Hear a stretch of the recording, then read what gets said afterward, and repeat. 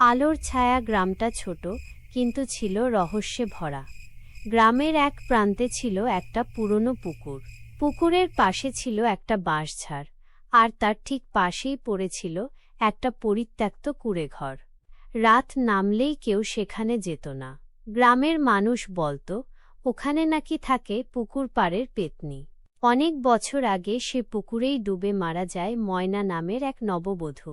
তার শ্বশুরবাড়ির লোকেরা বলে সে নাকি নিজেই লাফ দিয়ে আত্মহত্যা করেছিল, কিন্তু গ্রামের বুড়োরা জানত তাকে জোর করে ঠেলে ফেলা হয়েছিল। তারপর থেকেই শুরু হয় অদ্ভুত ঘটনা।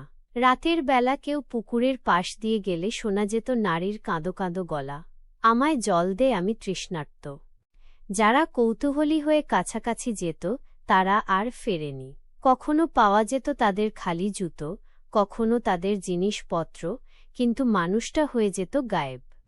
একদিন গ্রামের যুবক বিজয় সিদ্ধান্ত নেয় সে এই রহস্যের মীমাংসা করবে। এক পূর্ণিমার রাতে সে যায় পুকুর পাড়ে, হাতে ছিল গঙ্গাজল আর তাবিজ।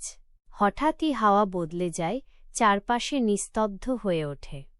বাঁশঝাড় থেকে নেমে আসে এক সাদা শাড়ি পরা মেয়ের অবয়ব। তার চুল লম্বা, চোখ লাল। সে বলে, তুই জল এনেছিস? বিজয় অনেক সাহস নিয়ে কাঁপতে কাঁপতে তার দিকে গঙ্গাজল ছিটিয়ে দেয়। একটা বিকট চিৎকারে সব কেঁপে ওঠে, আর সেই সাদা অবয়ব মিলিয়ে যায় ধোঁয়ার মতো। সেই রাতের পর থেকে কেউ আর পুকুরে কোনো কান্নার শব্দ শুনেনি।